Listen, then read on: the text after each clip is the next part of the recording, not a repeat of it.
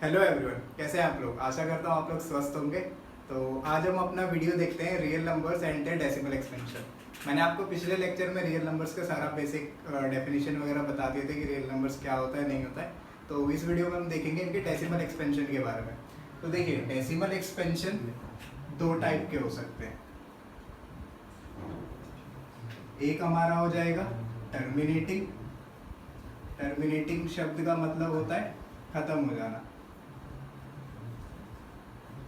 और एक होता है हमारा नॉन टर्मिनेटिंग।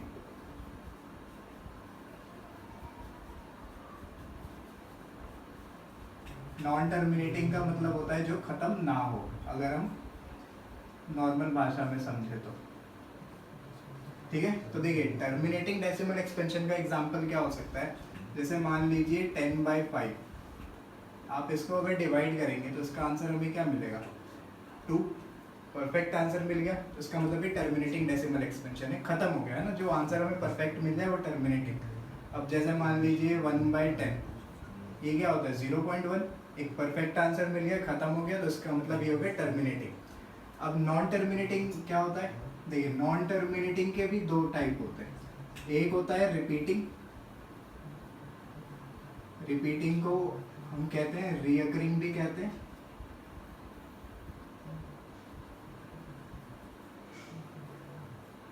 और एक होता है हमारा नॉन रिपीटिंग।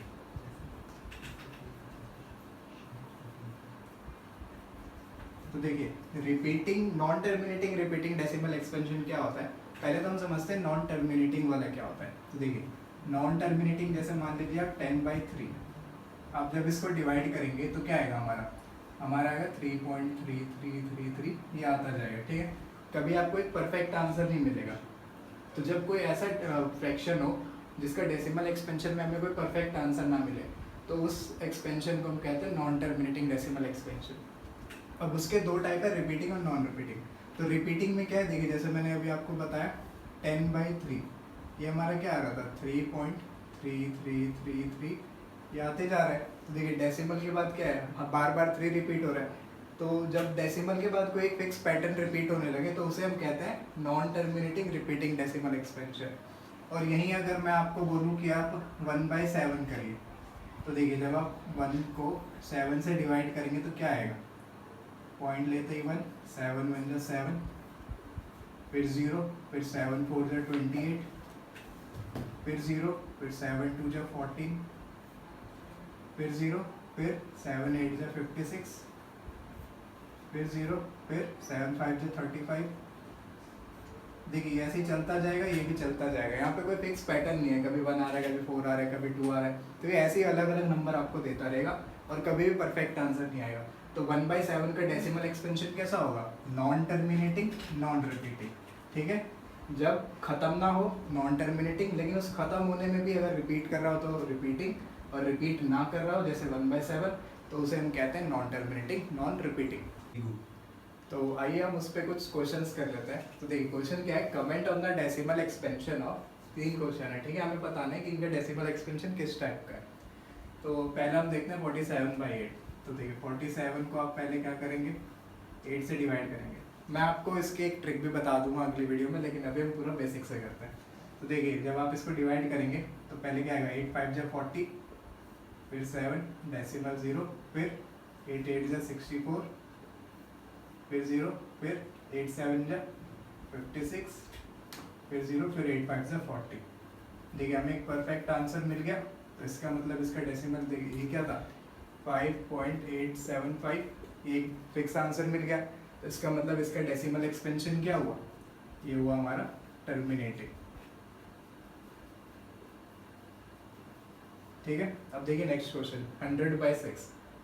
तो जब हम 100 को 6 से डिवाइड करेंगे तो क्या आएगा, 6 1 जा 6, 4 0, 6 6 जा 36, फिर 4 0, फिर सॉरी, फिर 4, फिर क्या आएगा हमारे पे डेसिमल 0, फिर क्या आएगा 6 6 जा 36, 4 0, फिर 6 6 जा 36, फिर 4, ऐसे ही बार बार 4 आता रहेगा, यहाँ पे 6 आता रहेगा। तो इसका आंसर हमें क्या मिल जाएगा 16.6666। तो ये वाला डेसिमल एक्सपेंशन किस टाइप का होता है? ये होता है हमारा नॉन टर्मिनेटिंग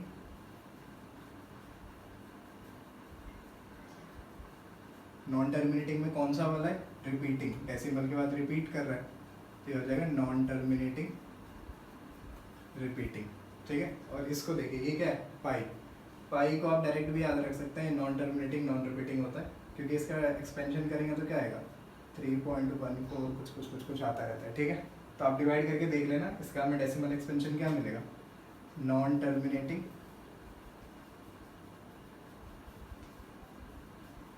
नॉन रिपीटिंग। तो आशा करता हूँ कि आपको ये कंसेप्ट समझ आया होगा। तो अगली वीडियो में हम देखेंगे हम किसी भी नंबर को p/q फॉर्म में कैसे एक्सप्रेस कर सकते हैं। तो अगर आपको इससे रिलेटेड नोट्स चाहिए तो आप हमारा टेलीग्राम चैनल ज्वाइन कर सकते हैं। तो आशा करता हूँ कि आपको ये सब कुछ समझ आया होगा। धन्यवाद।